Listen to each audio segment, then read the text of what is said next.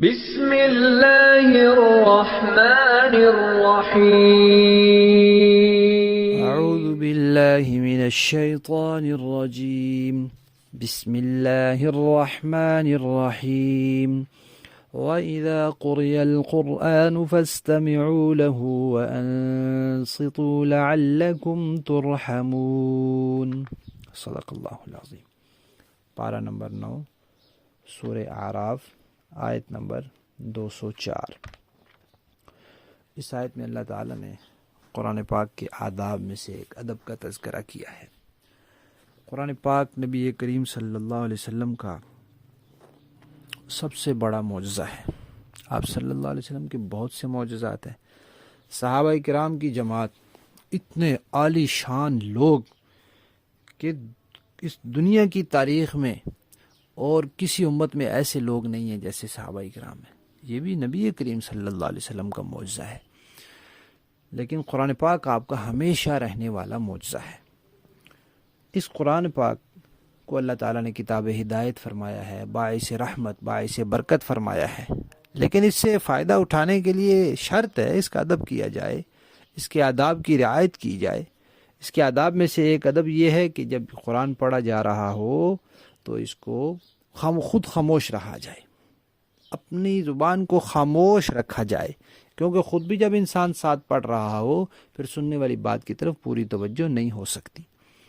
اور دوسری بات یہ کہ خاموش رہنے کے ساتھ ساتھ پوری توجہ سے کان لگائے جائیں، کان لگا کر سنا جائے، اس کے مضامین میں غور کیا جائے، تو پھر اس سے فائدہ ہوتا ہے انسان کو۔ اسی لیے یہ حکم بھی دیا گیا ہے کہ جب امام قرات کر رہا ہو تو پھر مقتدی کو خاموش رہنا چاہیے، اس کو نہیں اپنے ہونٹ ہلانے چاہیے، اس کو نہیں پیچھے پڑنا چاہیے، یہ بھی واجب ہے۔ اسی طرح خطبے میں بھی خاموش رہنا چاہیے۔ بعض صحابہ کرام نے بتایا ہے کہ یہ آیت خطبے اور نماز کے بارے میں نازل ہوئی ہے۔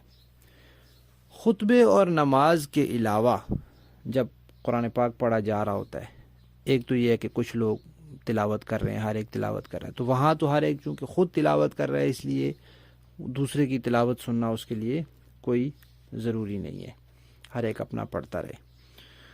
البتہ اگر ایک ہی آدمی کوئی تلاوت کر رہا ہے تو پھر دوسرے جو لوگ وہاں موجود ہیں ان کو چاہیے کہ وہ قرآن پاک کے ادب میں خاموش رہیں اور کان لگا کر قرآن پاک کو سنیں دھیان سے۔ ہاں کوئی جگہ ایسی ہو جہاں لوگ اپنے کام میں لگے ہیں، وہاں جا کے کوئی بندہ تلاوت شروع کر دے، اس سے اب وہ لوگ اگر خاموش ہوں گے، ادھر دھیان کریں گے تو ان کے کام میں حرج ہوگا۔ ظاہر بات ہے ہر جگہ تو ہر وقت ہر بندہ نہیں خاموش ہو سکتا، تو پھر یہ تلاوت کرنے والے کو چاہیے کہ آہستہ آواز سے تلاوت کرے، تاکہ ایسا نہ ہو کہ پھر دوسرے سے جو قرآن کی بے ادبی ہو رہی ہے اس کا ذمہ دار پھر یہ ہوگا۔ وہ تو بیچارے پہلے سے اپنے کام میں لگے ہیں، یا ان کے کام کی جگہ ہے، یا ان کے کام کا وقت ہے، اور اس نے وہاں جا کے تلاوت شروع کر دی تو پھر یہ قرآن پاک کی بے ادبی کرانے والا ہوا۔ واضح مسئلہ لکھا علماء کرام نے۔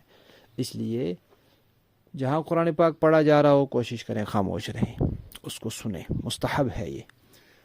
اور خود قرآن پاک کسی ایسی جگہ نہ پڑھیں جا کے کہ جہاں پھر لوگوں کو خاموش رہنا یا اپنے کام کو چھوڑ کر ادھر توجہ کرنا مشکل ہو۔